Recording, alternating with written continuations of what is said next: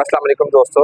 उम्मीद करता हूँ आप सब खैरियत से होंगे। मैं आपका दोस्त अब्दुल बासित और आप मेरा YouTube channel Kashif Suzuki centre देख रहे हैं।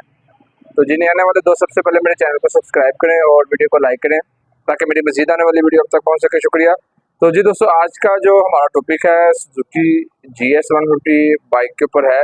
सुजुकी GS 150 बाइक की पिछली ब्रेक की बहुत ज़्यादा आवाज़ आती है और ये आवाज़ जो है अलाय बाइक में ज़्यादा आती है। तो आज मैं आपको बताऊंगा कि आप अपनी बाइक की इस ब्रेक की आवाज़ को कैसे ख़त्म कर सकते हैं। तो ये आवाज़ जो है सुजुकी GS 150 में 2 से 3 तरह की आवाज़ होती है। एक आवाज़ तो आती है कि जब हम ब्रेक को पिछली को लगाते हैं तो ठक की एक आवाज़ आती है कि जैसे पीछे से कोई चीज़ लूज़ है। तो आज मैं आपको ये भी बताऊंगा कि अगर आपकी आवाज़ इस किस्म की है जैसे कोई चीज़ लूज़ है तो उसकी क्या चीज़ का मसला होता है, क्या प्रॉब्लम उसमें होती है जिस चीज़ की आवाज़ होती है।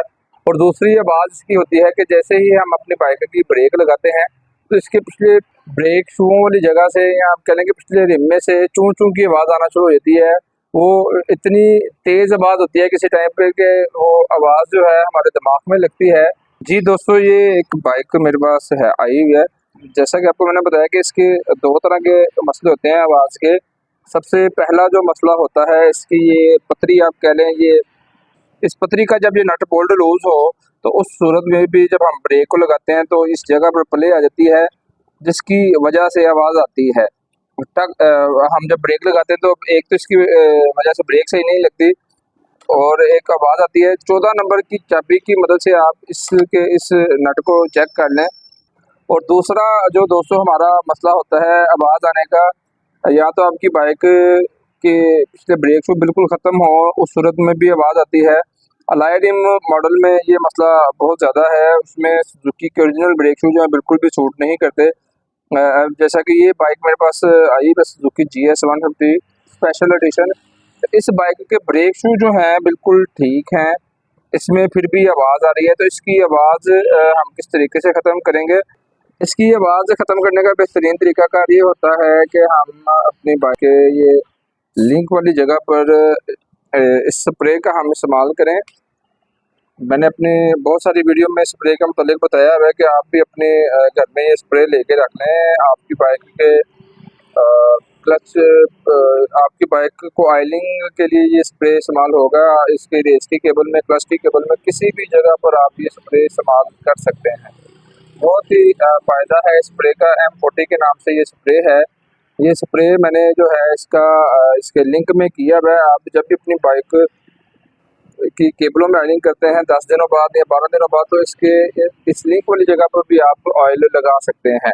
इस सूरत में भी इस बाइक की आवाज़ ख़त्म हो जाती है, जिसकी ब्रेक में से आवाज़ आती है।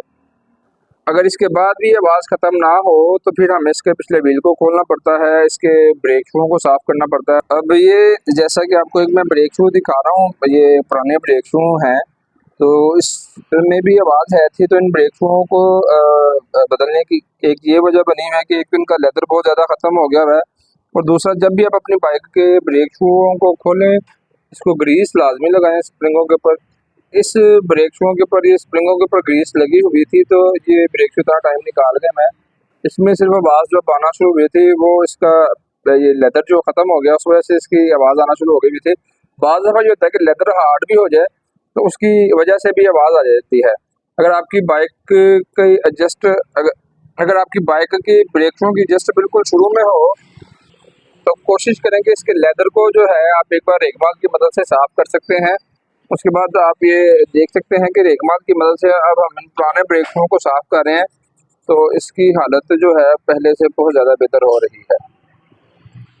तो ये ब्रेक शू हमने सिर्फ उस सूरत में ही साफ़ तो ये ब्रेक शू हमने सूरत में ही साफ अगर हमारी ब्रेक की जस्ट बिल्कुल शुरू में होगी, ये जस्ट इसकी बिल्कुल शुरू में है। अगर आपका ये ब्रेक लीवर जो है, राड जो है बिल्कुल आगे तक आ जाएगा, इसका ये वाला नट जो है यहाँ तक आ जाएगा तो इसका ये मतलब होगा कि इसके ब्रेक शू ख़त्म है। और ब्रेक शू अक्सर ब्रेक शू जब बहुत ज़्यादा चल जाते हैं तो हार्ड हो जाते हैं तो वो फिर हमें चेंज ही करने पड़ते हैं। ये आप देख सकते हैं कि ये ब्रेक शू रेगमाल की वजह से साफ़ करने के बाद बड़ी ही बेहतरीन हालत में आ जाते हैं।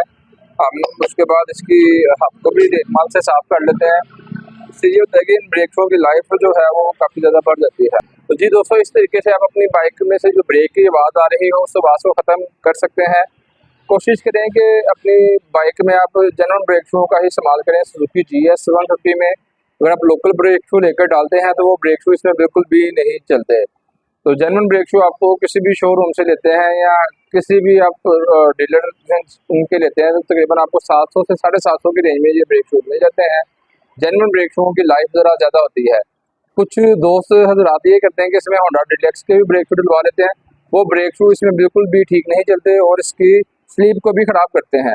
तो अगर आपको मेरी आज की वीडियो अच्छी लगे तो वीडियो को लाइक कीजिएगा, चैनल को सब्सक्राइब कीजिएगा और बेल के बटन को भी दबाइएगा ताकि मेरी मज़ीद आने वाली वीडियो आप तक पहुंच सके। भाई को दुआ में याद रखिएगा। अल्लाह हाफिज़, फी अमान अल्लाह।